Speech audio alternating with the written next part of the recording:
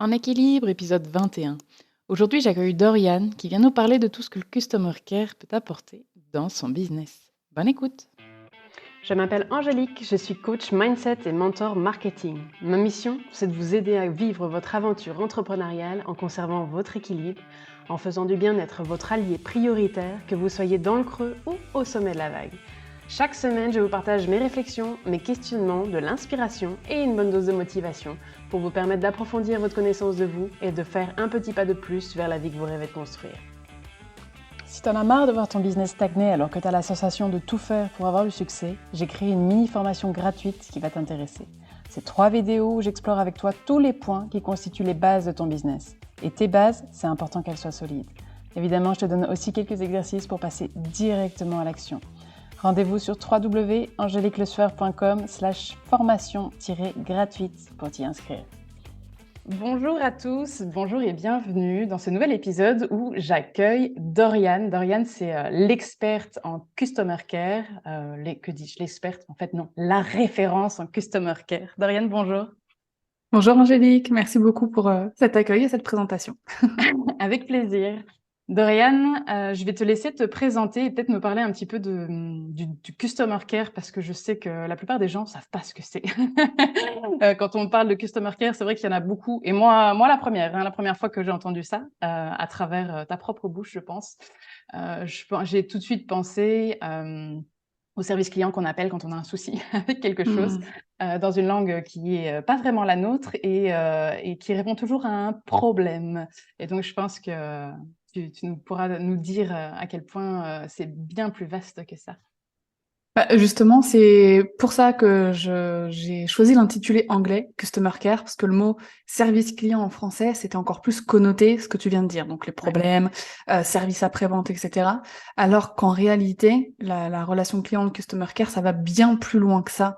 Ça englobe toute la relation qu'on va avoir avec sa communauté, son audience, ses prospects et bien évidemment aussi après ses clients. Donc ça n'intervient pas qu'après la vente, ça intervient aussi bien avant la vente, dès qu'on doit créer un premier lien, avoir un premier contact avec son client idéal. Donc le Customer Care, c'est un petit peu plus que ça aussi parce que je le vois comme une philosophie business aussi, tu sais, où on va mettre vraiment au cœur de toutes nos décisions et toutes les décisions de notre business, l'humain, donc vraiment notre client idéal, encore une fois, notre cible, pour toujours se dire, OK, est-ce que cette action que je vais mettre en place, elle est bien pour mon client idéal? Est-ce que ça va le toucher? Est-ce que ça va lui apporter de la valeur, etc. Donc pour moi, c'est vraiment ça, le Customer Care. Il y a cette notion de soin et cette notion de soin pendant tout le parcours client, en fait, tout simplement, d'une personne dans notre business. Ok, ouais, c'est super intéressant ce que tu dis. En fait, ça arrive souvent que on trouve les bons mots en anglais, mais pas nécessairement en français. Je pense notamment, moi, je suis coach business et mindset, et c'est vrai que le côté mindset, c'est pas facile à Coach état traduire d'esprit. en français. Ouais, c'est ça, mais c'est tellement plus que ça aussi. Et c'est vrai que tu as cette notion de soin qui rentre dedans et qui est beaucoup plus doux d'un coup, en fait. On comprend que là, on parle vraiment de connexion, de relations privilégiées avec les personnes. Et comme tu le dis, pas juste en fait le client en tant que tel, Régler mais un problème, c'est ça. ça démarre. En fait, c'est n'importe quelle interaction qu'on a avec quelqu'un dans le cadre de notre business, c'est du customer care. C'est ça exactement, parce que ça va permettre soit de fidéliser, soit de convertir, soit de diriger vers un autre produit, un autre service si jamais on ne correspond pas ou notre produit ne correspond pas à ses besoins. Donc il y a vraiment c'est hyper important aussi de voir le customer care comme force de vente et pas juste comme on s'en sert pour répondre aux gens. C'est un vrai levier de vente dans un business d'utiliser son customer care justement avec sa communauté, avec ses prospects aussi. Mm, mm.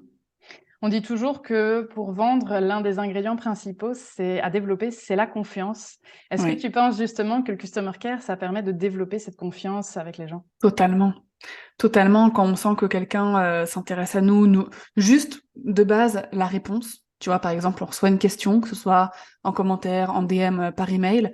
Le fait d'y répondre rapidement, donc en moins de 2 jours, par exemple, d'y répondre avec qualité, avec chaleur, en transmettant aussi plus que juste ce qu'on nous demande. Par exemple, on nous demande bonjour, c'est quoi tes prix? Bah, si on répond juste bonjour, c'est 200 €.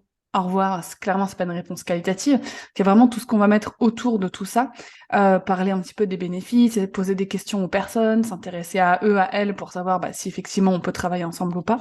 C'est hyper important, donc ça aide à créer justement ce lien de confiance qui est indispensable. C'est indispensable pour que quelqu'un puisse investir dans un produit ou un service. Il faut qu'il ait un minimum confiance, soit en la personne, à l'entrepreneur, le coach, soit en la marque directement. Oui, en fait, si je comprends bien, ça permet aussi de mettre l'humain avant tout, en fait, de placer, parce que tu vois, les gens qui te contactent justement en disant: «Ouais, c'est quoi les prix?» Genre, pas de Mm. bonjour, rien. C'est vrai que, ben, on évolue là-dedans, hein, dans un monde très dématérialisé où finalement on a l'habitude de plus avoir d'humain derrière ou en tout cas on pense plus qu'il y a d'humain. Mais des fois, il suffit de pas grand-chose pour remettre la personne dans le bon sens et dire: «Ben, voilà, non mais en fait, il y a une vraie personne derrière qui prend le temps de te répondre» et est-ce qu'il peut y avoir des switches comme ça, assez régulièrement, tu vois? De gens qui te contactent de manière un peu brute, de décoffrage et puis finalement qui s'adoucissent en voyant que: «Ah, on a une vraie discussion» ou est-ce que, de ton expérience, tu vois que quand les gens te contactent comme ça, finalement, il y a un peu rien à faire et ils vont rester en mode, «Ce que je veux, c'est juste mon information et puis c'est tout». Non, totalement, il y a un vrai switch qui se fait parce que la plupart du temps, les personnes qui ont cette façon un peu robotique de contacter un entrepreneur, une entreprise, c'est parce que malheureusement, ils ont eu l'habitude que sur le marché français en tout cas, soit on leur répondait pas, soit on leur répondait 15 jours plus tard, soit on leur répondait pas comme il faut. Un peu comme on a l'habitude avec l'administration française par exemple. Tu vois, t'envoies un email, tu sais que la réponse, ça va être aussi froide et brutale que de l'acier en plein hiver. Enfin bref. Donc, tu vois, il y a aussi cette habitude qui a été donnée aux consommateurs français, entre guillemets, qui fait que, effectivement, on perd peut-être l'habitude d'être aimable.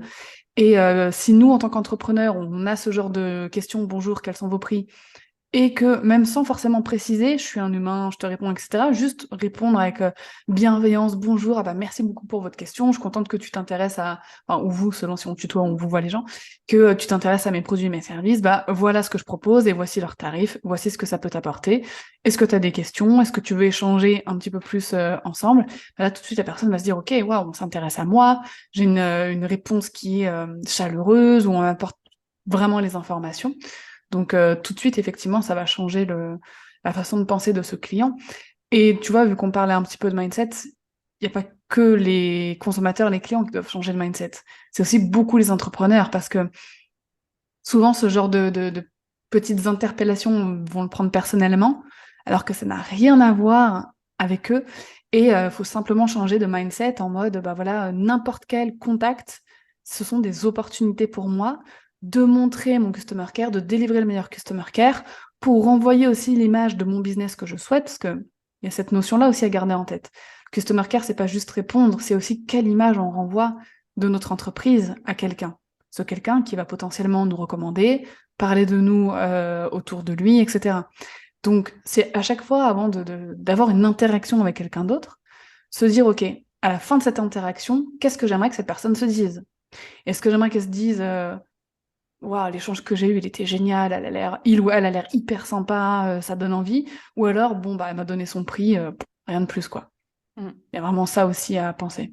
C'est marrant ce que tu dis parce que ça fait écho en moi. En fait, quand je me suis lancée en tant qu'entrepreneur, j'ai été photographe à une époque. Donc j'ai beaucoup de gens qui Mhm. me contactaient pour, avoir, mes tarifs et je me souviens avoir été très frustrée et parfois fâchée que les gens ne répondent même pas un merci quand je leur, Mhm. répondais à un message et je me dis: «Mais c'est quand même fou ça!» enfin, ils me demandent mon temps, mon énergie et cetera, ils répondaient pas et je me souviens, je me mettais dans des états, j'étais vraiment pas bien. Et puis un jour, je me suis dit: «Bon, OK, mets-toi de l'autre côté un petit peu», parce que je suis cliente aussi, tu vois? Et Ouais. je demande des prix à des gens. Et là, j'ai regardé les choses en face et je me suis rendu compte que ça m'était arrivé aussi, de Mhm. demander des prix à quelqu'un et de ne même pas répondre un merci. Parce qu'en fait, ben oui, sur le coup, tu l'as reçu, tu l'as pas regardé tout de suite, tu t'es dit: «Je vais le faire plus tard» et ainsi de suite et puis tu laisses la vie passer et puis tu vois pas ça comme quelque chose de fondamental parce que c'est vrai que, bah, on est derrière un PC, un mail, ça reste assez froid et donc on Mhm. oublie que la personne, bah, elle a donné du temps, elle a donné de l'énergie pour fournir tout ça.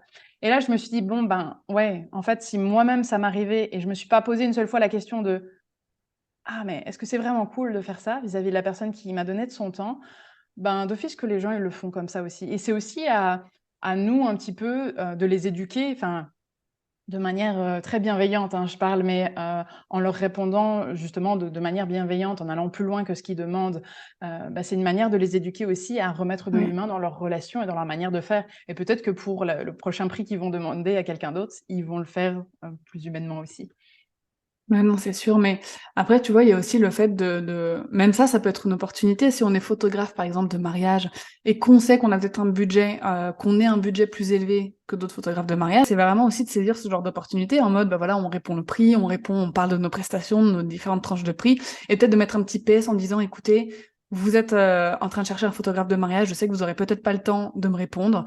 En tout cas, si vous prenez le temps de le faire, ça me ferait super plaisir. Et on peut jouer là-dessus aussi, dans notre customer care, en mode, voilà, on a une activité où on sait que les gens, ils ont pas trop le temps, on peut leur dire qu'on sait et qu'on les comprend aussi, quoi. Ouais, j'aime bien cette idée. C'est très sympa. Tu disais tout à l'heure que le customer care, c'est pas juste une réponse, c'est aussi une question d'image. Donc, en fait, ça a fort à Mhm. voir avec tout le personal branding qu'on construit. Quand on utilise le personal branding, ouais, carrément. C'est encore une fois, qu'est-ce qu'on veut qu'on dise de nous? Le customer care, ça rentre dans ces actions à mettre en place pour renvoyer concrètement l'image qu'on veut renvoyer. Ouais. Je pense que c'est fort oublié. D'un autre côté, tu vois, je pense que ça paraît presque évident. Les gens se disent, ben Mhm. oui, mais c'est évident, tu vois. Et en fait, on se rend compte que c'est pas si évident que ça quand on a la tête dans le guidon. Parce C'est que ça. on met en place plein de choses. Et je vois, en effet, ben, tu prépares un lancement, tu prépares tes mails, etc. Et puis en fait, ben là, on rentre dans du niveau de détail et de précision, en fait, que ce qui souvent passe à la trappe et on va commettre quelques bourdes et puis rattraper après. Ah mince, c'est vrai que j'ai oublié, j'aurais pu faire ça et ainsi de suite. Mais peut-être qu'il faut passer aussi par cette case de petites erreurs, entre guillemets, pour pouvoir rectifier et par la suite l'intégrer dans son process finalement.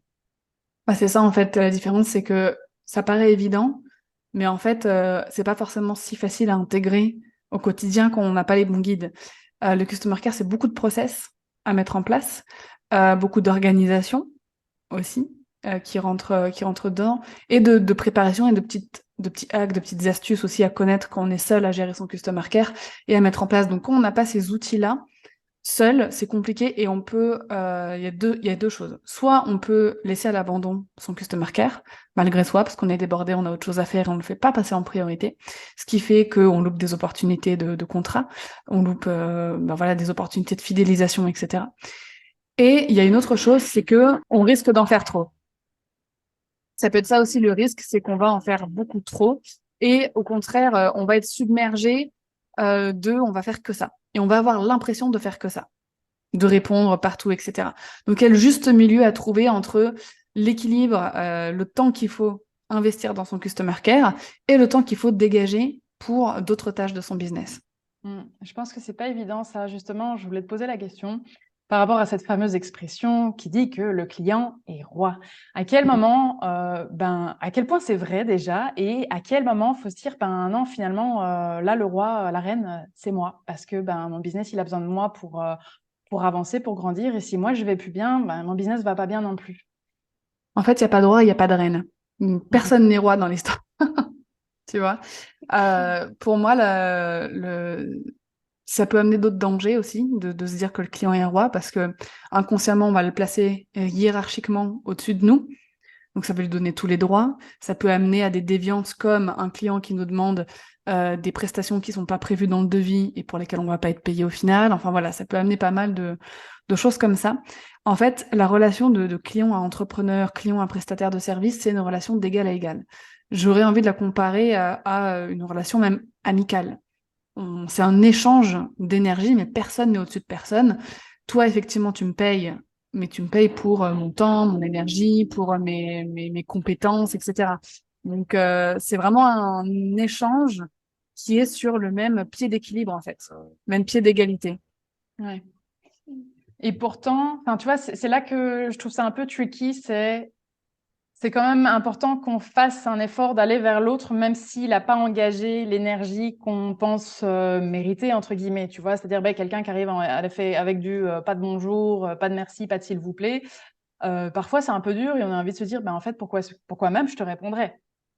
Si toi, Mmh. tu prends pas le temps de me dire bonjour, s'il vous plaît, merci, pourquoi moi je prendrais le temps? Alors oui, bah voilà, c'est nous qui sommes en business, c'est une opportunité. Mais donc, c'est quand même C'est ça. à nous de faire un pas vers l'autre pour lui laisser sa chance et nous laisser une chance à nous aussi. Donc oui, je vois, c'est une relation d'égal à égal, mais c'est quand même à nous de l'idée, quoi. C'est à nous de l'idée, et puis après, il y a la notion de responsabilité qui rentre en jeu. C'est-à-dire que c'est nous qui avons un business, nous qui sommes chefs d'entreprise, c'est nous qui prenons la décision d'être présents sur certains canaux de communication, les réseaux sociaux, etc., pour être visibles, pour être contactés, pour attirer des gens à nous. Donc, c'est notre responsabilité de répondre à tout le monde. Même quand, d'un premier abord, le message n'est pas forcément hyper sympa, mais il faut quand même prendre du recul. Parce que, en règle générale, le pas sympa du tout sur Internet, c'est tout ce qui est hater, troll, etc. Parfois, certains messages peuvent peut-être manquer un peu de politesse, mais souvent, quand nous, on se rattrape derrière et qu'on envoie notre super beau message, tout de suite, ça switch par la suite, en fait. Ça s'aligne sur cette qualité de conversation. Ouais, ouais, ouais. Oui, finalement, c'est nous qui pouvons inspirer ça et toujours, enfin, éduquer. J'ai un Hmm. peu de mal avec ce mot-là, mais je trouve pas comment exprimer ma pensée. Je sais pas si toi, tu as un meilleur Donner la mot. ligne directrice aussi, Ouais. peut-être, de la conversation. Le premier message envoyé en mode quels sont vos prix, je suis intéressé, où il n'y a pas de bonjour, etc. Nous, on va répondre bonjour, machin, voilà notre beau message. Si après ça continue et qu'on voit que la personne est hyper rude et hyper impolie, on peut dire écoutez, j'ai très envie de continuer cette conversation. De ce que je ressens, par contre, c'est que vous avez peut-être pas trop de temps ou quoi. Est-ce qu'on peut passer sur un autre canal de communication, un appel? Peut-être que ce sera plus facile pour vous. Et si vraiment on voit que ça matche pas, bah, c'est juste que c'est pas notre client idéal. On n'a pas envie de travailler avec ces personnes. Et dans ce cas-là, on lui dit, bah écoutez, voilà, je vous ai donné les informations. Moi, je vais pas pouvoir continuer plus loin. Bonne journée, quoi. Hmm.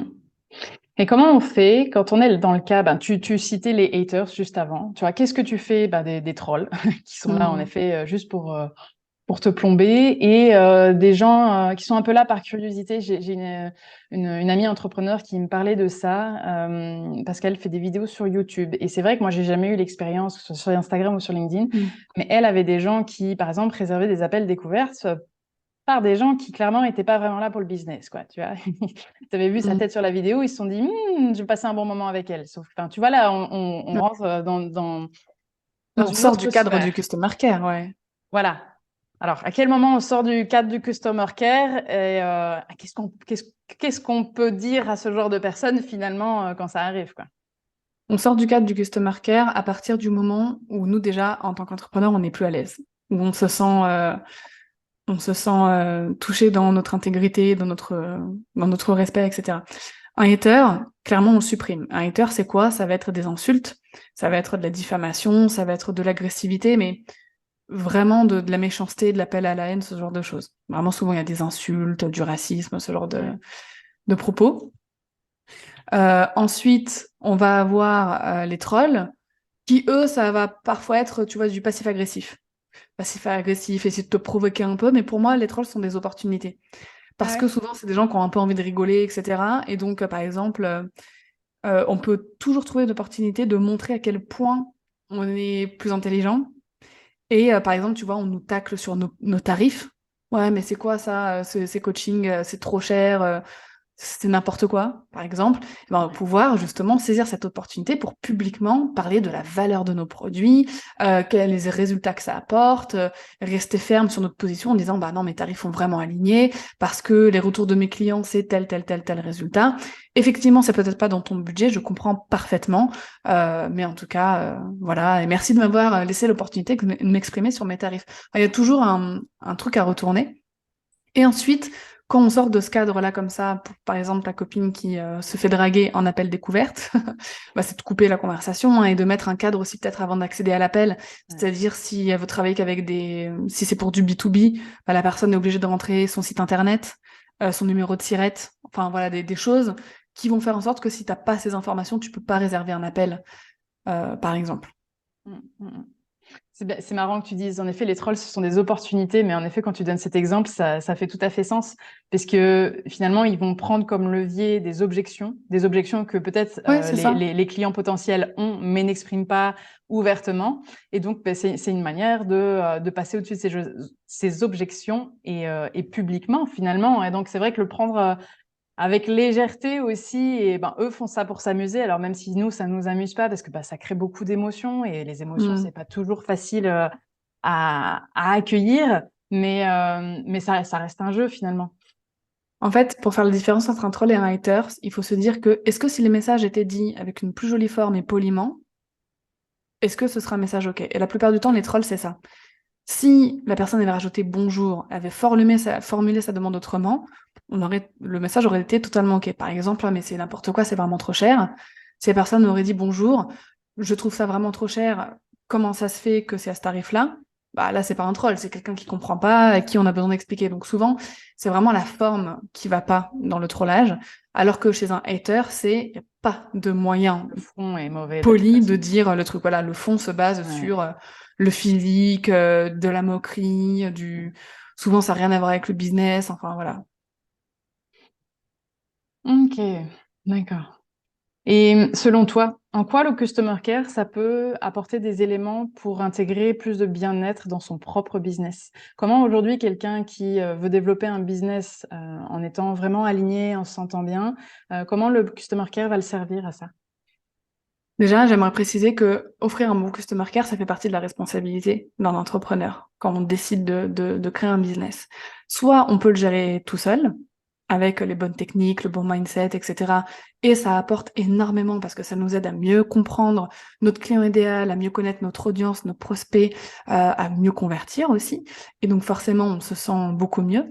Soit on n'a pas la capacité de le faire seul, soit parce qu'on n'a pas assez de temps, on est débordé, soit parce qu'on n'aime pas faire ça. Attention, c'est aussi une possibilité. Et il n'y a aucune honte à avoir si on n'aime pas gérer son customer care, parce que notre zone de génie est ailleurs, tu vois. Dans ce cas-là, on va prendre un ou une customer care manager en freelance aussi, ou en freelance ou pas, mais ça existe en freelance, pour gérer toute cette partie, répondre aux commentaires, répondre aux DM, répondre aux emails, relancer des prospects, faire du suivi client, enfin voilà, il y a beaucoup de choses qu'on peut déléguer. Donc, le customer care, dans tout le cas, il faut qu'il soit bon, parce que ça apporte énormément à notre entreprise, à notre image de marque, à ce qu'on veut dégager aussi, voilà, et puis la qualité de notre réputation sur le web. Mais il y a plusieurs façons de le faire. Soit seul, bien accompagné, avec les bonnes techniques, etc., soit en le déléguant. Hmm. Oui, finalement, c'est pas une option de s'occuper de son customer care, c'est pas optionnel, c'est une responsabilité, comme tu le dis, ça fait partie de nos casquettes de chef d'entreprise, comme faire les prestations pour ses clients, finalement, à ce même titre, mais c'est pas forcément nous qui devons le faire de la même manière que Exactement. poster les posts sur les réseaux sociaux, créer du contenu, des choses comme ça. En fait, savoir revenir à sa zone de génie ou à sa zone d'excellence et se concentrer dessus pour laisser le reste à ceux qui aiment faire vraiment ça, en fait. Parce que C'est c'est ça, vrai que exactement. j'ai rencontré des entrepreneurs qui, justement, étaient un petit peu bloqués par ça. Et c'est vrai que c'est pas évident quand on se lance, parce que bah, du coup, on n'a pas forcément le budget Mhm. pour déléguer ça, mais des gens qui ont besoin de gagner en visibilité, donc qui veulent être présents sur les réseaux sociaux, mais qui n'ont pas spécialement envie non plus de prendre du temps pour s'occuper des commentaires, des messages en Ouais. privé, etc. Et donc, c'est vrai que, voilà, qu'est-ce qu'on peut faire pendant cette période, du coup, de lancement où on n'a pas encore le budget pour déléguer, mais on n'est pas très chaud pour ça et en même temps, ça se ressent dans l'énergie. Si jamais on se force à Ouais. le faire, c'est pas idéal non plus. Alors déjà, c'est de s'organiser. C'est de se fixer, comme n'importe quelle tâche de son business, c'est de pas faire son customer care au petit bonheur la chance, j'ouvre mes DM un petit peu n'importe quand dans la journée et je réponds. C'est de se dire, OK, tous les jours à telle heure, je sais pas, 11 heures du matin, de 11 heures à midi, je gère mon customer care. Objectif inbox 0. Je réponds à tout le monde partout sur tous les canaux de communication. Et c'est de se créer un moment agréable autour de cette tâche. Un Ouais. exemple, Comment? ça peut être n'importe quoi. Moi, je sais que quand j'ai besoin de faire une tâche et de rendre le moment hyper agréable, j'allais me faire un thé. Le thé que je préfère. Je vais poser la tasse encore fumante à côté de moi. Je vais mettre, moi j'écoute, ça peut paraître bizarre, mais j'écoute de l'ASMR de pluie. Je mets sur YouTube des vidéos de pluie, bref. ou de tourterelle, ça dépend. Mais bon, voilà, c'est ce qui fait que l'ambiance autour de moi tout de suite change. Et en fait, c'est des petits rituels qui habituent aussi notre cerveau à être efficace pour une certaine tâche. Ça peut être aussi aller faire cette tâche, je sais pas, dans un parc, se connecter en 4G et voilà, se poser au soleil. Là, ça va être l'été et se dire, ok, mon customer care, 1 heure par jour, c'est aussi le petit moment où je vais faire ma petite marche pour aller me poser sur un joli banc. C'est le moment où je prends mon bain de soleil, etc. Donc vraiment, on a plein de possibilités de créer une ambiance, un environnement agréable autour de cette tâche si vraiment on n'aime pas faire ça. Avoir cette organisation stricte, de se dire tous les jours de telle à telle heure, je réponds à tout le monde, et le faire qu'à ce moment-là. Ouais. Comme ça, le reste de la journée, on est dédié à d'autres tâches de notre business, on n'a pas l'impression d'être submergé, et en fait, le fait de traiter comme ça son customer care, ça change tout. Vraiment, ça change tout. Souvent, le plus gros problème, c'est un problème d'organisation quand même, dans son customer care. Et c'est aussi parfois le manque de process. Est-ce que pour telle demande, j'ai processisé, j'ai bien noté la marche à suivre, quand on me demande un remboursement, quand on me demande telle ou telle chose? Est-ce que je sais qu'est-ce que je dois demander en retour, les papiers à envoyer, les machins, enfin voilà. Est-ce que j'ai bien fait tout le process, bien noté, comme ça j'ai juste à suivre ce que j'ai déjà noté, et j'ai pas à réfléchir et à avoir la charge mentale à chaque fois de ce que chaque situation customer care peut provoquer, quoi. Complètement, c'est ce que j'allais te dire, parce qu'en effet, ça peut induire beaucoup de charge mentale, en fait. Et c'est vrai que une fois qu'on a tous ces process, qu'on les a bien par écrit quelque part, qu'on peut revenir à ces templates, ça semble facile, entre guillemets. Mais avant ça, c'est vrai que surtout quand on n'aime pas ça, on laisse de côté, Ouais. on voit le petit chiffre en haut à droite qui s'affiche, qui grandit, on est là, oh là là, non, et alors on reporte, et c'est de pire en pire, et tout ça, en fait, on fait un peu l'autruche, on met la tête dans le sable, mais la charge mentale, elle est bel et bien là, et ça peut nous bouffer pour le reste des activités que habituellement on aime bien faire finalement. Exactement. Exactement.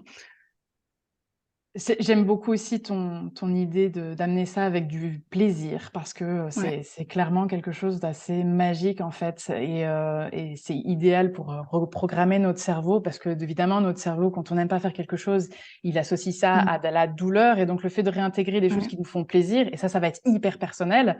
Notre cerveau, il va voir ça de manière un peu plus douce aussi. Et donc, petit à petit, ça va l'adoucir. Et en fait, on aura de moins en moins de freins à vouloir faire cette activité, parce que peut-être même ça deviendra un plaisir un jour. Maintenant, si c'est pas dans la zone de génie ou d'excellence, ça le sera pas, et Ouais. c'est tout à Et fait à un OK moment comme donné, il ça. faudra déléguer. Mm. Mais c'est comme les gens aiment pas faire la vaisselle, mais je sais plus qui je voyais la dernière fois qui me disait moi ma vaisselle je la fais en écoutant de la musique ou en écoutant un podcast, parce qu'alors je fais quelque chose que j'aime bien en même temps, et du coup je me rends même pas compte que je fais la vaisselle, et c'est super chouette, et presque si je le fais pas, je me dis alors, et mon moment musique et danse et podcast, il est où?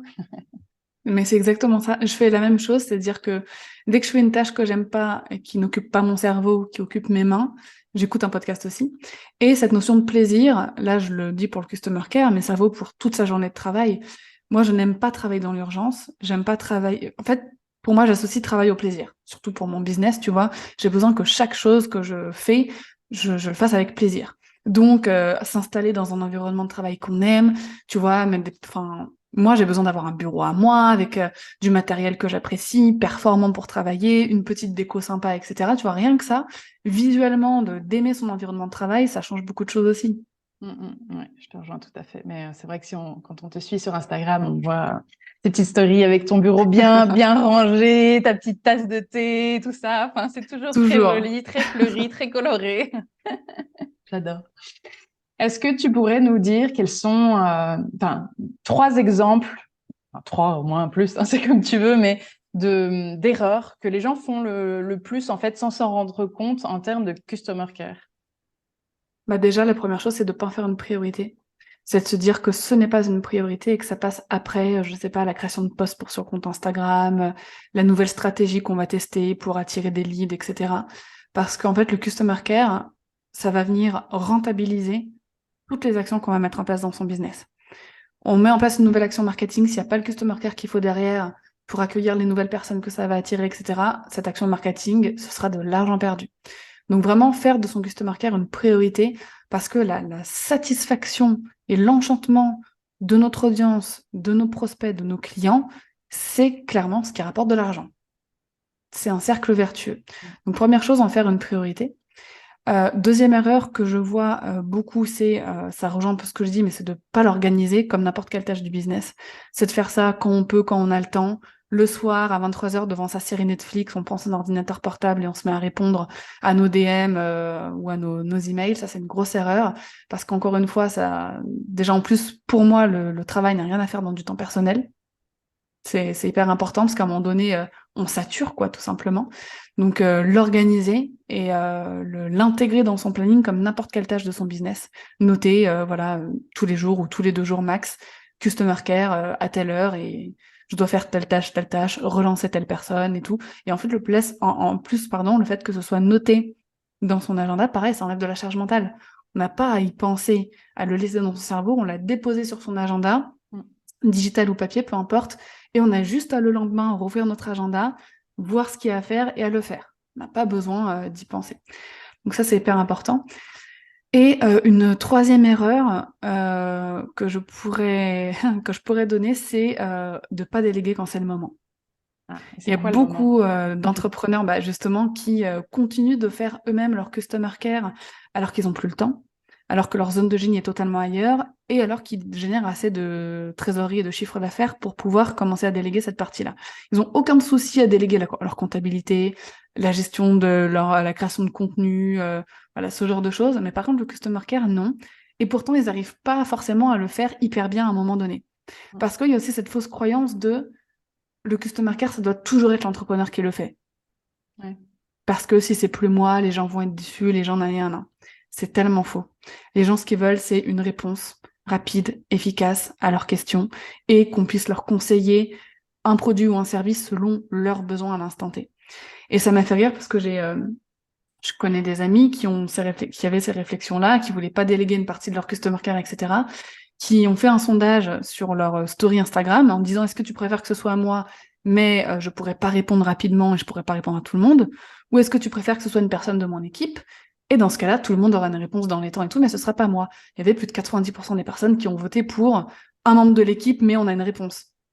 Donc il y a aussi voilà cette erreur de se dire de pas déléguer ça pour ces fausses croyances en mode bah non, c'est toujours moi qui dois faire ça et personne ne pourra le faire mieux que moi. Désolée de le dire, si. Il y a des personnes qui pourront mieux gérer, beaucoup mieux gérer que vous-même votre propre customer care. Ouais, on n'est pas forcément indispensable pour tout. C'est ça, exactement. Et qu'est-ce que tu penses de la transparence par rapport à qui s'occupe du customer care? Tu vois, on voit un petit peu de tout. Il y a des gens qui gèrent eux-mêmes leur customer care. Il y a des gens qui le gèrent pas, qui font appel à quelqu'un, mais qui disent pas spécialement que c'est quelqu'un d'autre. Et puis des gens qui disent clairement, bah voilà, ça c'est un tel qui s'occupe de ma relation client, etc. Est-ce qu'il y a des choses qui sont mieux que d'autres ou pas? Il faut être honnête.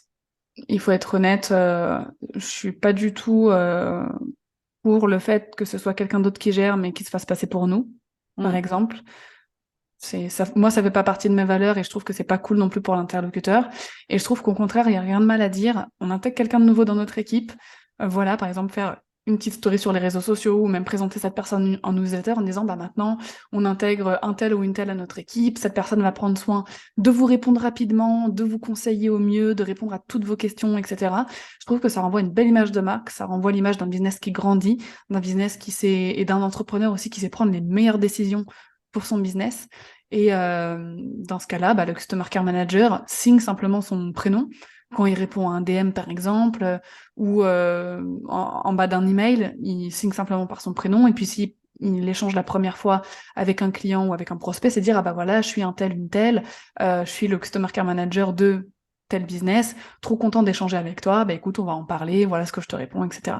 Donc, c'est vraiment d'être transparent et de pas mentir à sa communauté ou ses clients en demandant à son Customer Care Manager de se faire passer pour lui. De toute façon, ils accepteront pas. En tout cas, ceux que j'ai formés n'accepteront pas.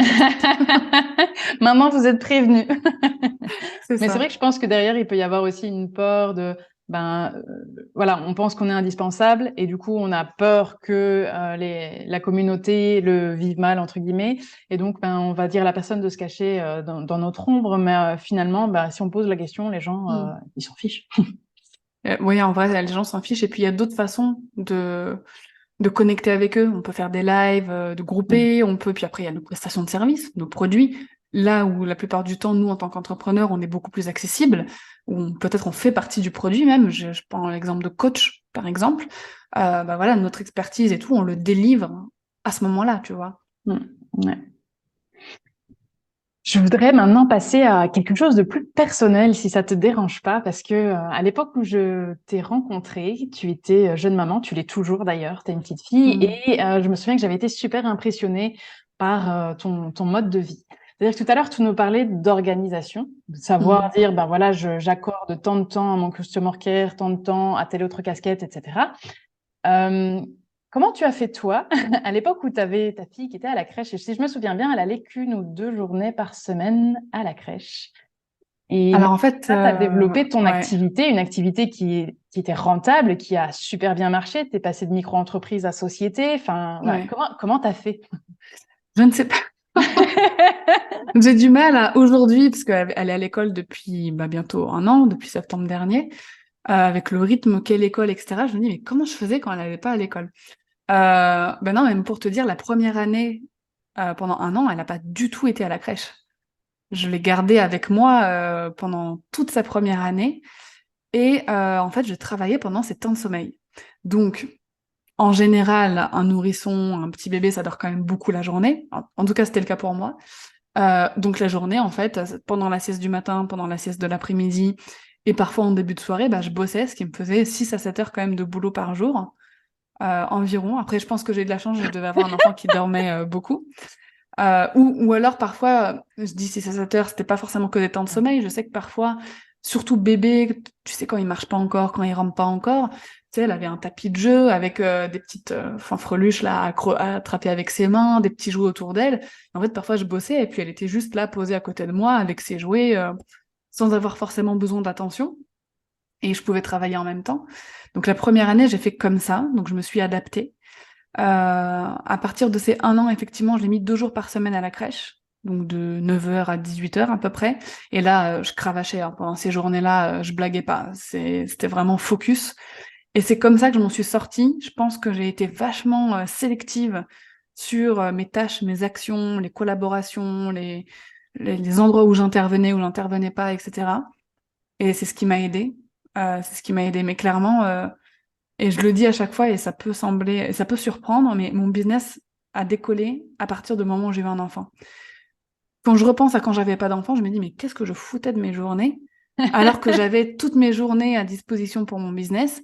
En fait, je me suis rendu compte quand j'ai eu un enfant que je mettais mon temps et mon énergie sur des actions pas rentables, ou qui pouvaient attendre, ou clairement qui n'étaient pas importantes. Alors que dès que j'ai eu un enfant, mon cerveau, il a switché. En mode, OK, là, t'as peu de temps, tu dois absolument faire des actions qui rentabilisent ton entreprise, qui rentabilisent ton temps, etc. Et donc, ça m'a beaucoup aidé pour ça. On rejoint la loi des 80-20, 20% des C'est actions qui ça. mènent 80% des résultats.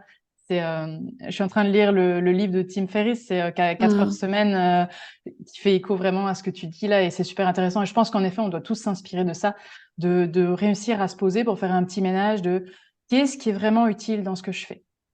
Qu'est-ce qui me prend du temps et qui m'apporte très peu de résultats, et qu'est-ce que je fais et qui m'apporte beaucoup de résultats, et capitaliser là-dessus en fait, parce que c'est ça qui va faire que on peut développer son business et avoir du temps pour soi à côté. Et tu l'as prouvé en faisant ça avec ta fille. Après, clairement, je crois que tu as eu de la chance, et il y en a sûrement d'autres, hein. Moi, personnellement, quand ma fille est née, je me suis mise à marcher 3 heures par jour pour la faire dormir, puisqu'elle ne pouvait pas dormir autrement que dans une poussette en mouvement. C'est ça. Et Après, c'est un peu la loterie, hein. clairement, j'en parlais hier avec une amie entrepreneur, on ne crée pas tous les mêmes créatures. C'est ça. Après, moi, c'était un contexte aussi un peu différent, c'était le confinement aussi. Donc, je Ouais. pense qu'il y a une atmosphère avec cette période où les petits bébés ont peut-être pas vécu comme une vie normale où je serais sortie, où elle aurait beaucoup plus marché avec moi aussi. En fait, elle a quasiment pas connu la marche parce qu'on sortait pas.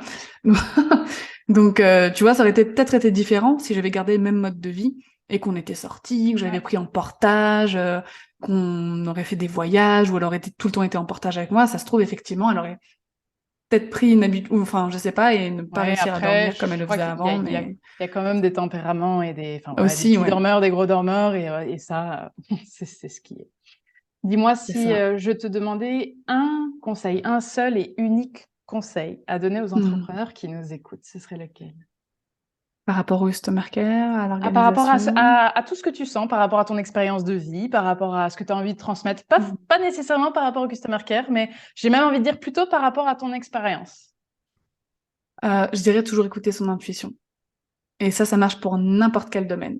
Que ce soit en customer care, où on commence à échanger avec un potentiel client, mais on a ce petit truc en nous qui nous dit: «Ouais, je le sens pas, je le sens pas», et se forcer souvent avec ces gens-là, ça donne jamais rien de bon. Donc parfois, vaut mieux refuser une collaboration, refuser un contrat et être serein et sereine dans sa tête plutôt que d'accepter et de se retrouver embourbé dans une mission où on se sent emprisonné et on se sent pas bien du tout. Pareil, que ce soit avec, le réseau qu'on se fait, les décisions business qu'on doit prendre. Souvent, on est là, on doute, on sait pas, mais en fait, la plupart du temps, on a déjà la réponse en écoutant comment on se sent par rapport à, cette décision et cetera. Donc vraiment, écouter son feeling, franchement, c'est rare qu'il trompe quand même. Mm, mm. Ouais, je suis tout à fait d'accord avec toi. Après, bon, bah, il y a le mental qui arrive par-dessus, puis alors on n'arrive plus à savoir quel est le feeling, quel est le mental, et puis il y a tout qui se mélange un petit peu, donc c'est pas toujours évident, mais la première impression, ce qu'on a ressenti, en fait, c'est souvent assez marquant et c'est important C'est d'écouter ça, ça. Mm. exactement. Super, super conseil, merci beaucoup. Doriane, Avec où est-ce qu'on plaisir. peut te retrouver? On peut me retrouver sur mon podcast Entrepreneur Care, donc où je délivre chaque semaine des conseils Customer Care, où j'ai des invités aussi qui viennent partager leurs astuces, leurs stratégies Customer Care. Donc disponible sur toutes les plateformes d'écoute. Sur mon site bakerbloom.com, on va retrouver des ressources, des outils, des articles aussi. Et sur mes réseaux sociaux, donc Dorian Baker sur Instagram et sur LinkedIn. Super, je mettrai tout ça dans les notes de l'épisode. En tout cas, Doriane, merci. Merci pour tout ce que tu as fait passer aujourd'hui. Avec grand plaisir. Merci pour ton invitation, Angélique. Et merci à tous pour votre écoute. Comme d'habitude, n'hésitez pas à partager cet épisode si vous a plu. Partagez-le à d'autres entrepreneurs parce que, comme vous l'avez vu, le Customer Care, ça nous concerne tous en tant qu'entrepreneurs. Je vous dis à la semaine prochaine et gros bisous. Ciao.